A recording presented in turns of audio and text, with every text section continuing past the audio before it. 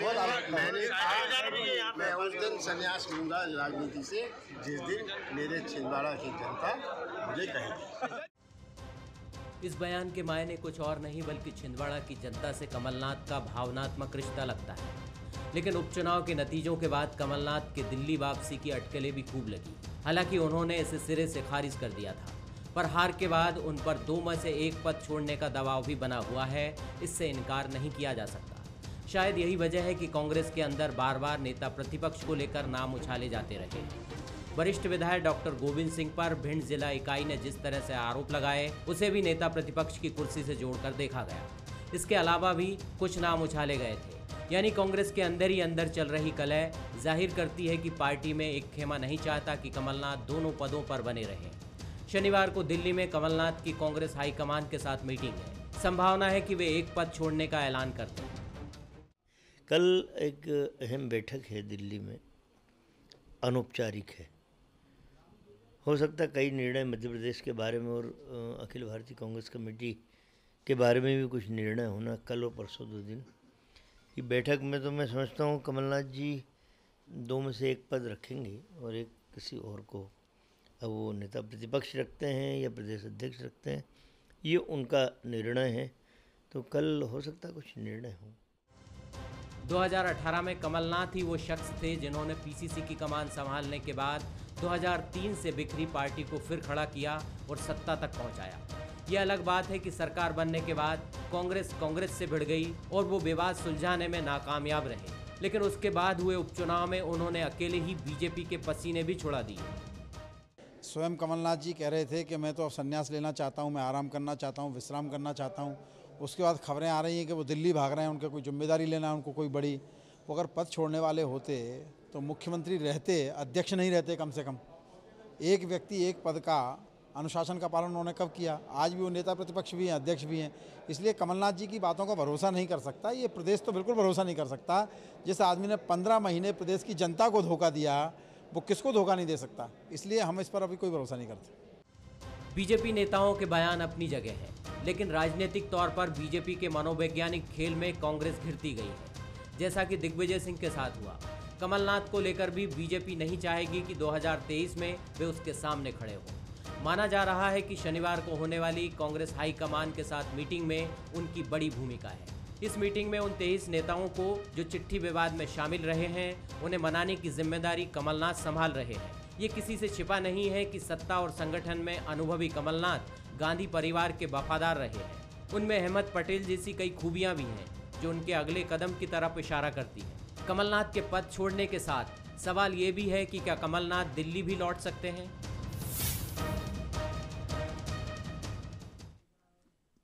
नमस्कार, मैं हूं शरद द्विवेदी और हमारा आज का मुद्दा है फैसले का वक्त।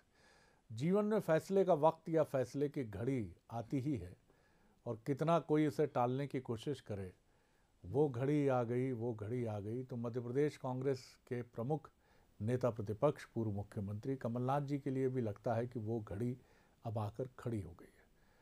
और खड़ी होने के पीछे 2-3 बड़े कारण भी हैं। कई बार कुछ घटनाएं आपके जीवन पर इतना गहरा असर डालती हैं। कमलनाथ जी के जीवन की एक घटना जिसका वो खुद हिस्सा रहे हैं, वो है 28 सीटों के लिए हुआ उपचुनाव, जिसमें उम्मीदें तो उनकी बहुत थीं, कांग्रेस की बहुत थीं, लेकिन वो अंजाम तक नहीं पहुंच पाई। और दूसरी महत्वपूर्ण बात ये हुई कि जिस पर कमलनाथ जी का वश नहीं या किसी का वश नहीं, वो था अहमद पटेल जी का अनटाइमली उनका जाना। एक ऐसा नेता जो नेता कभी संगठन से बाहर निकला नहीं, जिसे बहुत ऑफरिंग्स हुई, बहुत सारे प्रस्ताव दिए गए कि आप आइए केंद्रीय मंत्री बनिए या सत्ता के साथ शेयर कीजिए, लेकिन वो कभी आए नहीं। कांग्रेस इस समय महसूस कर रही है एक व्यक्ति की कमी, और कमलनाथ एक ऐसे नेता हैं जो राग द्वेष की राजनीति कभी करते नहीं रहे। तो क्या AICC में अब उनकी भूमिका इस तरह की हो सकती है? और दूसरी महत्वपूर्ण बात कि वो कौन सी भूमिका अपने पास रखेंगे। क्या वो आगे जाकर विधायक का पद भी रखना चाहेंगे अपने पास, या फिर वो उससे भी किनारा करेंगे और केंद्र की राजनीति में रहना है तो क्या वो राज्यसभा में जाएंगे अगर रहना है तो। और अगर वो PCC चीफ का पद चुनते हैं तो ये तय मानिए कि केंद्र की राजनीति और मध्य प्रदेश की राजनीति दोनों को साधने का उनका मन है और 2023 की जोर आजमाइश के लिए अभी वो ये खम ठोक कर कह रहे हैं कि बाजुओं में बहुत दम है। तो बहुत महत्वपूर्ण होगा शनिवार का दिन कांग्रेस, मध्य प्रदेश कांग्रेस के लिए। आज इसी अहम विषय पर हम बात करेंगे। जो मेहमान हमारे साथ हैं उनसे मुलाकात कर लीजिए। मेरे साथ भोपाल स्टूडियो में हैं कांग्रेस के युवा नेता और प्रवक्ता अजय सिंह यादव जी, बहुत स्वागत है। नमस्कार। इंदौर से वरिष्ठ पत्रकार और राजनीतिक विश्लेषक हर्षवर्धन प्रकाश जी मेरे साथ हैं, उनका मैं बहुत स्वागत करता हूं। और हमारे साथ जुड़ रहे हैं बीजेपी के युवा नेता और प्रवक्ता धैर्यवर्धन शर्मा जी, शिवपुरी से सीधे, उनका भी मैं बहुत स्वागत करता हूँ। हर्षवर्धन जी, पहली टिप्पणी लेकर मैं आगे बढ़ता हूँ आपकी। किस तरह आप देखते हैं कमलनाथ जी का दिल्ली जाना, दिल्ली बुलाया जाना 23 नेताओं को, जिनको लेकर कहीं ना कहीं नाराज़गी की बात थी या कहीं ना कहीं ये चर्चा भी थी कि इनको लेकर राहुल गांधी खुश नहीं है, तो क्या कमलनाथ जी उन गिले शिकवों को भी दूर करेंगे, अपनी बात भी रखेंगे और किसी केंद्र की राजनीति में नई भूमिका को लेकर भी आगे बढ़ेंगे? क्या कहेंगे आप? जी जी। जो कल की मीटिंग है, जो तथाकथित बगावती तेवर दिखाने वाले जो कांग्रेस के नेता हैं, केंद्रीय नेता G23 जिनको मशहूर तौर पर कहा जा रहा है, वो G23 के साथ सोनिया गांधी की मीटिंग है और मुझे लगता है बहुत ही महत्वपूर्ण फैसले होंगे। शरद जी, जहाँ तक हम देख पा रहे हैं कि मध्य प्रदेश में ही नहीं बल्कि केंद्र में भी कांग्रेस में आमूल चूल परिवर्तन की ज़रूरत है। और जिस किस्म से एक पार्टी जो कि कभी देश में छाई हुई थी, वो आज उसका राजनीतिक पकड़ बहुत कमज़ोर हो गई है। तो एक परिवर्तन और संक्रमण के दौर से कांग्रेस गुजर रही है। जहाँ तक मध्य प्रदेश की बात है, मुझे लगता है कि दिग्विजय सिंह अपने मुख्यमंत्रित्व काल के लिए एक बड़ा ही एक शब्द है, टर्म है, यूज़ करते हैं कि मैंने सत्ता का विकेंद्रीकरण किया, ज़िला सरकार उन्होंने बनाई थी। तो मुझे लगता है मध्य प्रदेश में अब जबकि कांग्रेस विपक्ष में है, तो कांग्रेस के संगठन के विकेंद्रीकरण की भी आवश्यकता है। अभी आपने देखा कि विक्रांत भूरिया यूथ कांग्रेस के अध्यक्ष आज बने, एक नया चेहरा है, एक फ्रेश कह लीजिए कि फेस की हम बात करें, कोई ताज़ा हवा का झोंका कांग्रेस में ऐसा लगा। तो कांग्रेस को अगर जहाँ पे वो पहुँच गई है मध्य प्रदेश में और देश में, तो उसको एक बड़े बदलाव की आवश्यकता है। और मध्य प्रदेश में हम ये उम्मीद शायद कर सकते हैं, जो कल की मीटिंग होगी उसके बाद कमलनाथ जो एक तरीके से फिर से दोराहे पे खड़े हुए दिखाई दे रहे हैं, वो एक राह चुनेंगे, उनको एक नई जिम्मेदारी दी जा सकती है। राह तो एक ही है, इसीलिए बच्चन जी कह भी गए अपनी चर्चित कृति मधुशाला में कि राह पकड़ तू एक चला चल, पा जाएगा मधुशाला। तो ये राह केंद्र की होगी या मध्य प्रदेश की होगी, नेता प्रतिपक्ष की होगी या प्रदेश अध्यक्ष की होगी, ये तो राह पकड़ने वाला मतवाला जो है वही बता पाएगा। लेकिन राह तो एक ही पकड़नी पड़ेगी। और इसीलिए किसी शायर ने भी कहा है, डूब जा खुद में और पा जा सुरागे ज़िंदगी। तो डूबना भी पड़ेगा और सुरागे ज़िंदगी पाना भी पड़ेगा। धैर्यवर्धन जी मुस्कुरा रहे हैं, मुस्कुराना ही चाहिए उनको, मुस्कुराना अच्छी बात है। और अभी कुछ संयोग भी ऐसा है कि प्रतिपक्षी की हालत भी ऐसी है कि मुस्कुराने की कई वजह भी मिल जाती हैं। बहरहाल आप भी मुस्कुराएं, कांग्रेस भी मुस्कुराए, हम तो यही चाहेंगे, दोनों को शुभकामनाएं। जी धैर्यवर्धन जी, आप इस पूरे मामले पर क्या कहेंगे? मैं तो आपके विशिष्ट अंदाज पर मुस्कुरा रहा था। जी इतना अवश्य कहूंगा जी कि कमलनाथ जी अब एक पद पर रहते हैं, एक छोड़ते हैं। इतना सब कहने सुनने के बाद अगर छोड़ा तो क्या छोड़ा? मुझे लग रहा है जिस दिन वो मध्य प्रदेश के सत्ता के सर्वोच्च पद पर बैठ गए थे मुख्यमंत्री के तौर पर, उसी दिन उन्हें महीना 15 दिन के अंतराल में प्रदेश कांग्रेस के अध्यक्ष पद को छोड़ देना चाहिए था और किसी योग्य नेता को वह जिम्मेदारी देनी चाहिए थी। पर मुझे लग रहा है कि एक और कांग्रेस के लोग और अन्य लोग जहाँ कमलनाथ जी को महिमा मंडित करते हैं, ये मध्य प्रदेश के बहुत सीनियर मोस्ट नेता है, जितने बड़ी बड़ी जिम्मेदारियों का निर्वहन किया है, और दूसरी ओर वो जिस प्रकार से कुर्सी से मोह पाले हुए, ये उनके व्यक्तित्व के साथ तो कभी भी न्याय करता हुआ नहीं दिखाई दिया। अभी भी सब कुछ लुटा बैठने के बाद भी वो कांग्रेस के अध्यक्ष छोड़ने तैयार नहीं, नेता प्रतिपक्ष भी वही बनना चाहते हैं। यह सब दृश्य मध्य प्रदेश की जनता ने। धैर्यवर्धन जी, कुर्सी के प्रति निर्मोही कहाँ देखा आपने, किस पार्टी में देखा आपने? नहीं, मुझे लग रहा है 2-2, 3-3 पद ठीक नहीं है ना। कुर्सी के प्रति मोह होता है कि जब कोई जिम्मेदारी के बाद आप फ्री बैठे हो, सब कुछ काम मिल जाए, उसके लिए जतन करने में कोई बुराई नहीं है।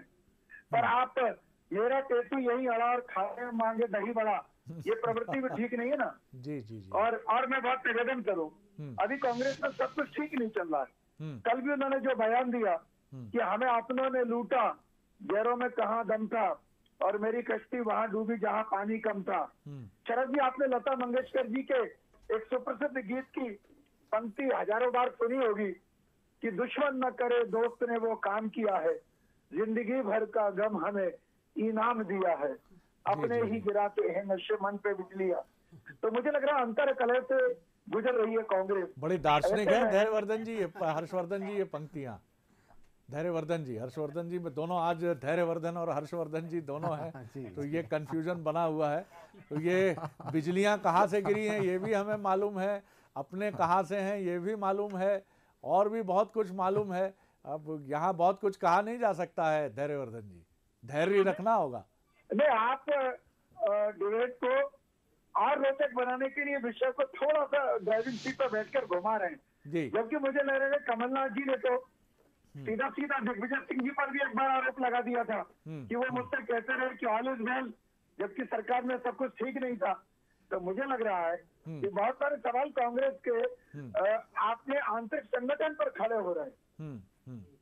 जी, ये बड़ी बात है, आपने ठीक कहा है। आंतरिक संगठन पर प्रश्न तो उठेंगे ही जब इस तरह की परिस्थितियां हों। अजय जी, बहुत सारी बातें आपने सुनी, धैर्यवर्धन जी ने कुछ महत्वपूर्ण बातें भी उठाई हैं। अपने ही गिराते हैं नशे मन पर बिजलियां, और कांग्रेस की तो परंपरा ही ये रही है कि वहाँ अपने ही गिराते हैं।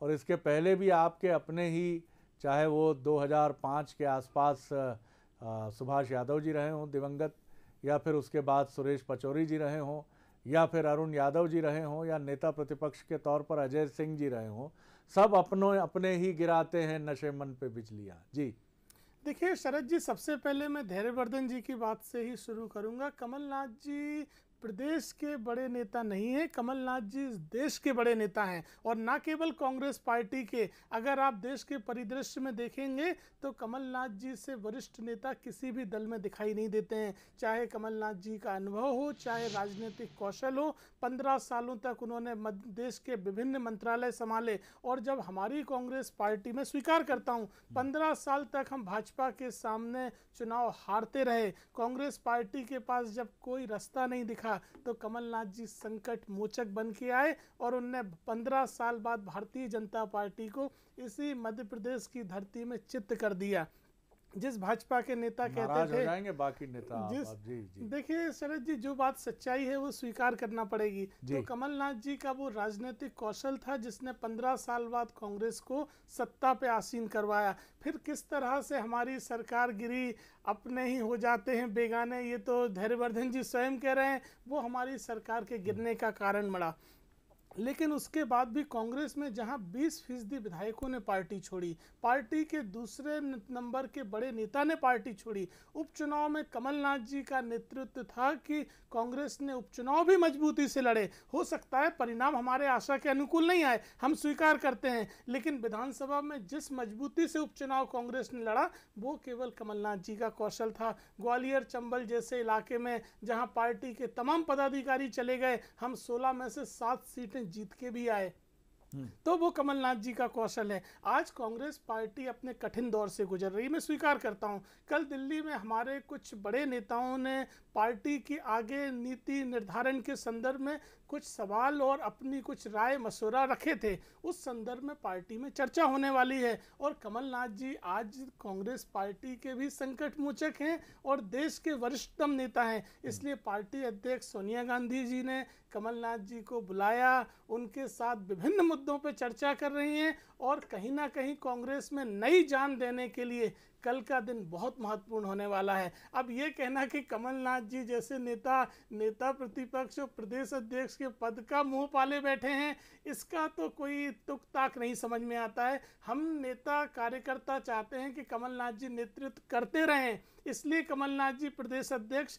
और नेता प्रतिपक्ष का पद नहीं छोड़ पा रहे हैं। इतने बड़े नेता के लिए प्रदेश के इन पदों का मुंह किसी भी तरह से, इस चीज़ का कोई तुक नहीं है। कमलनाथ जी बहुत बड़ी भूमिका में आपको दिखाई देंगे, कांग्रेस पार्टी में भी कल का दिन बहुत महत्वपूर्ण होगा।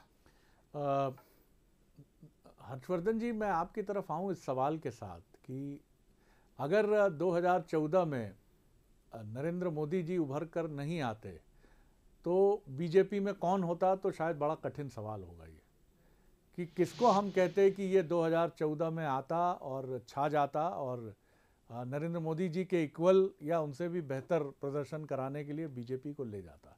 लेकिन इससे भी महत्वपूर्ण बात यह है कि आपके पास विकल्प होना चाहिए।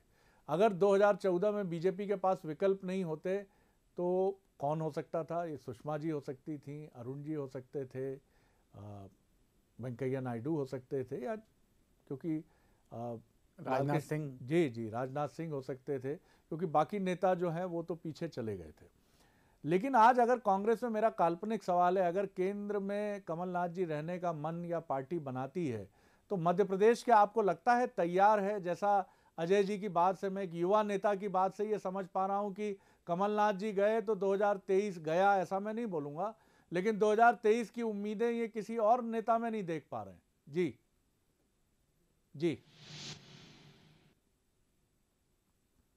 बिल्कुल आप सही कह रहे हैं। और कमलनाथ ने जो पिछले कह लीजिए 3-4 साल में मध्य प्रदेश में जो एक राजनीतिक कद अपना स्थापित किया है, उसके आसपास फ़िलहाल तो कोई फटकता नहीं। दिग्विजय सिंह मुख्यमंत्री रहे हैं, लेकिन अब वो जनता के बीच इतने स्वीकार्य शायद नहीं रहे, ऐसा भाजपा का कहना है। मुझे लगता है कि कमलनाथ अगर केंद्र में जाते हैं तो एक तो निर्वात पैदा होगा, लेकिन ये निर्वात वक्त की आवश्यकता भी है शरद जी।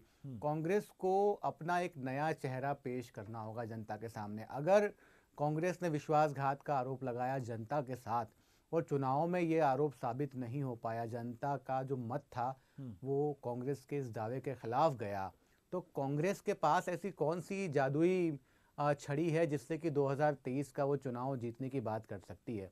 तो जैसा कि मैंने पहले कहा, कांग्रेस को एक बड़े रिवैम्प की ज़रूरत है। मध्य प्रदेश की हम बात करें, एक ऐसा विपक्ष निगल, आप देखें कि किसान आंदोलन जो है प्रदेश में और देश में चल रहा है, लेकिन अगर आप देखें सड़क पर कितने कांग्रेसी आपको दिखाई देते हैं। महंगाई जो है चरम पे पहुंच गई है, लेकिन 2-3 खाना पूरी के अगर आप आंदोलन को छोड़ दें तो उसके अलावा कौन सा विपक्ष आपको दिखाई देता है?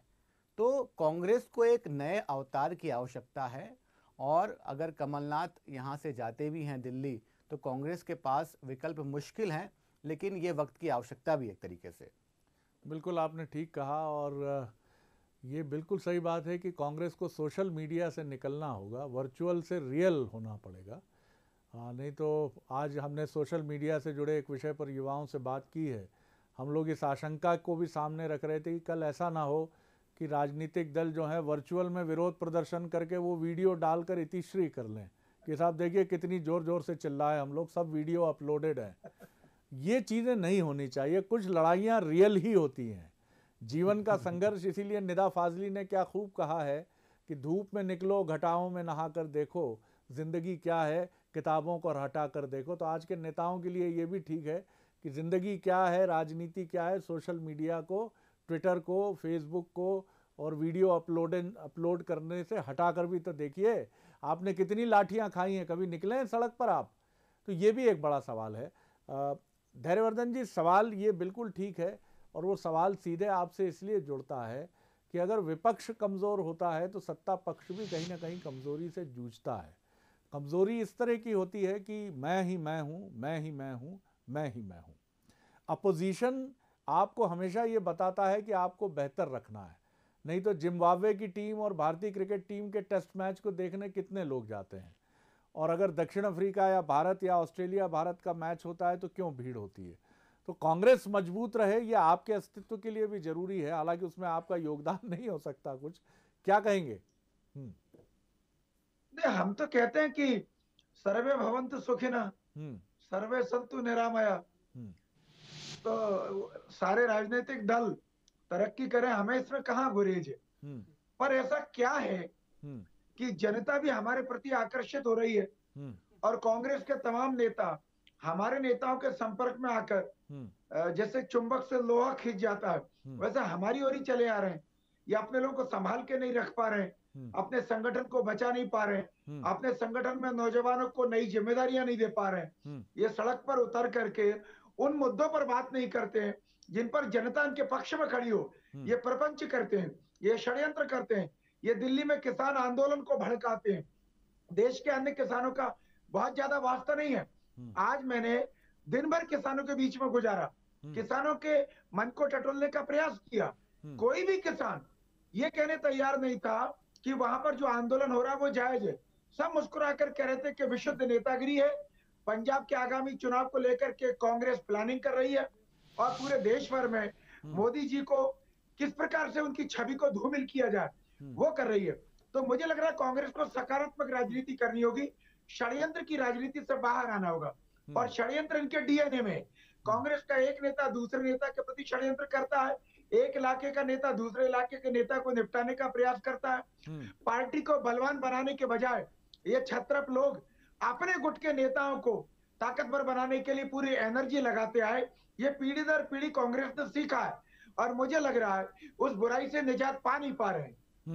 क्या कहेंगे अजय जी? देखिए शरद जी, मैं इस बात को बहुत मजबूती से स्वीकार करता हूं हर्षवर्धन जी की मजबूत कांग्रेस न केवल कांग्रेस की बल्कि देश की भी आवश्यकता है। आज भारतीय जनता पार्टी कहती है कांग्रेस के 45 सांसद हैं, 55 सांसद हैं। आपकी उपलब्धियां क्या हैं? देश में 6 साल में 3 आर्थिक इमरजेंसी, चाहे जीएसटी हो, नोटबंदी हो, कोरोना काल में, क्योंकि कांग्रेस कमजोर थी तो आपने उसका लाभ उठाया, देश की तरक्की रुक गई। कांग्रेस पार्टी व हमारे तमाम कार्यकर्ता अब उस दिशा में बढ़ रहे हैं। कमलनाथ जी के नेतृत्व के ऊपर सवाल उठाती है भाजपा। भाजपा में एक घबराहट है, बौखलाहट है कि 15 महीने में कमलनाथ जी ने जो करिश्माई नेतृत्व किया, अगर 23 में कमलनाथ जी मध्य प्रदेश में टिके रहे तो भाजपा कहीं नहीं टिकेगी। इसलिए भाजपा के नेताओं को चिंता है कि 2 पद पे कमलनाथ जी क्यों हैं, कमलनाथ जी प्रदेश अध्यक्ष क्यों नहीं छोड़ रहे हैं, क्यों दिल्ली नहीं जा रहे हैं, दिल्ली में महत्वपूर्ण जवाबदारी क्यों नहीं ले रहे हैं। ये तो भाजपा के लिए कोई मुद्दा नहीं होना चाहिए। जब हमारे नेता यहाँ महत्वपूर्ण जिम्मेदारी निभा रहे हैं, पूरा समय दे रहे हैं, पार्टी के कार्यकर्ताओं का विश्वास उनके साथ है, उसके बाद भाजपा का ये प्रलाप उनकी घबराहट दिखाती है, बौखलाहट दिखाती है। कमलनाथ जी के सामने शिवराज जी और अन्य नेताओं का कद छोटा दिखाई देता है। जनता के सामने जब फिर से चॉइस होगी तो जनता बड़े नेता को और उसकी उपलब्धियों के हिसाब से चुनेगी। इसलिए भाजपा में घबराहट है। कांग्रेस निश्चित ही नए जीवन के साथ, मजबूती के साथ निकलेगी और कल का दिन महत्वपूर्ण होगा। धैर्यवर्धन जी, काफ़ी मुस्कुरा रहे थे आप। मैं एक छोटी टिप्पणी आपकी लेकर फिर मैं कंक्लूड करूंगा हर्षवर्धन जी की टिप्पणी से। जी। मैं अजय यादव जी की कुशलता पर मुस्कुरा रहा हूँ कि कैसे कांग्रेस के गलत निर्णयों को भी वो दृढ़ता के साथ इस प्लेटफॉर्म पर प्रस्तुत कर रहे हैं और उन ढकने का कोशिश कर रहे हैं उन सब बुराइयों को। तो मैं अजय यादव जी को बधाई दूंगा कि भैया आप सब नौजवान लोग ही कांग्रेस को बचा लो। नौजवान लोग ही बचा सकते हैं कांग्रेस को, एक तो ये बात उठ रही है। इसलिए भी दिल्ली की शनिवार को होने वाली कांग्रेस की बैठक टॉप लीडर्स के साथ, सोनिया जी के साथ जो हो रही है वो बहुत महत्वपूर्ण होगी। हर्षवर्धन जी, हो गई है पीर पर्वत सी पिघलनी चाहिए, इस कांग्रेस की गंगा से अब नेतृत्व की धारा निकलनी चाहिए। राहुल जी के सीने में सही या किसी और के सीने में सही एक सच्चा और बेहतरीन लीडर कांग्रेस के रिवाइवल के लिए सामने आना चाहिए। कुछ इसी तरह की बात आज कांग्रेस और कांग्रेस कार्यकर्ताओं के मन में है। क्या लगता है आपको, क्यों मुद्दे से फिसली है कांग्रेस, क्यों लीडरशिप से भटकी है कांग्रेस? राहुल गांधी कभी वैराग्य का प्रदर्शन करते हुए नजर आते हैं, कभी वो ऐसा लगता है कि उनके मन में मोह भी है और वो अध्यक्ष बनना चाहते हैं लेकिन अपनी शर्तों पर, क्योंकि दिल्ली की धारा जब तक मजबूत नहीं होगी, मध्य प्रदेश में भी नेतृत्व की ये जो झरना है नेतृत्व का, ये हरा भरा होकर बह नहीं सकेगा। जी।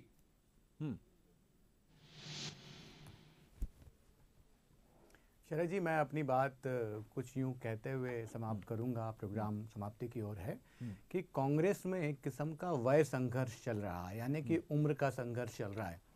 सोनिया गांधी आज कमांडिंग पोजीशन में है, भले ही इंटरिम लेवल पे है लेकिन उनके हाथ हैं, तो वो कांग्रेस के जो वेटरन्स हैं उनको पसंद करती हैं और राहुल गांधी ये चाहते हैं कि नया खून लेके आए कांग्रेस में और उसको जनता के सामने पेश करें। अब चूंकि अहमद पटेल के जाने के बाद एक किस्म से केंद्रीय निर्वात पैदा हुआ तो कमलनाथ के लिए अवसर बढ़ गए हैं। लेकिन आखिर में मैं यही कहूँगा, कांग्रेस विपक्षी दल है देश में भी प्रदेश में भी, और विपक्ष मजबूत होगा, जनता के मुद्दे सामने आएंगे, जनता के मुद्दे हल होंगे, कांग्रेस को, जैसा कि आपने दुष्यंत कुमार का जो शेर का हवाला दिया, कांग्रेस की इस गंगोत्री से कोई गंगा निकलनी चाहिए। ऐसा ना हो कि ये जो है सोता सूख जाए और जनता कांग्रेस से मुंह फेर ले। इससे पहले कांग्रेस को एक निर्णय पे पहुंचना चाहिए। बिल्कुल ठीक बात है। जनता के आकांक्षाओं के अनुरूप आपको प्रदर्शन करना ही होगा। आपके लाख आंतरिक मतभेद हों, आपके यहाँ लाख तमाम पेचीदगियाँ और जटिलताएं हों, लेकिन लोकतंत्र की इस नदी में अगर आपको ठीक तरीके से अपनी नैया खे कर किनारे तक पहुँचना है तो आपको ये तो देखना ही पड़ेगा कि वो तमाम मुश्किलें ख़त्म करके आप अपनी ताकत के साथ सामने आएँ। और कांग्रेस ये नहीं कर पा रही है और इससे वो रीजनल लेवल पर अपनी लीडरशिप को भी नुकसान पहुंचा रही है और कार्यकर्ताओं के मनोबल को भी तोड़ रही है। मध्य प्रदेश जैसे राज्य में सरकार बनी और गिरी, राजस्थान में गिरते गिरते बची, और महाराष्ट्र में ये कहा जा रहा है कि जब चाहें जब हमारा मुख्यमंत्री शपथ ले लेगा, और छत्तीसगढ़ में भी गाहे बगाहे ध्वनि सुनाई दे जाती है। जो भी दावे हों, जो भी बातें हों, ये बताता है कि बीजेपी का जो मनोबल है वो उच्चता के शीर्ष पर है और इसी वजह से वो ये जानती है कि वो इस ताकत को आगे बढ़ाते हुए काफ़ी मजबूती से ले जा सकती है। और कांग्रेस ये शायद उम्मीद कर रही है कि पुराना प्रेम फिर जागृत होगा मतदाताओं का, और 135 साल पुरानी इस पार्टी की जो नदी अभी सूख रही है उसमें मतदाताओं का प्रेम फिर जो है उसको अपने प्रेम से भर देगा। लेकिन ये शायद कपोल कल्पना है। आपको रण में आके लड़ना होगा, अपने को साबित करना होगा, कठिनाइयाँ होंगी, चुनौतियाँ होंगी, लेकिन अजय सिंह यादव जैसे युवाओं को अगर आगे का रास्ता नहीं दिखेगा तो इनके लिए भी बहुत मुश्किल और बहुत पेचीदगियाँ खड़ी होंगी। ये एक बड़ा सवाल है। बहुत धन्यवाद हर्षवर्धन जी, धैर्यवर्धन जी और अजय सिंह जी का। बने रहिए बंसल न्यूज़ पर।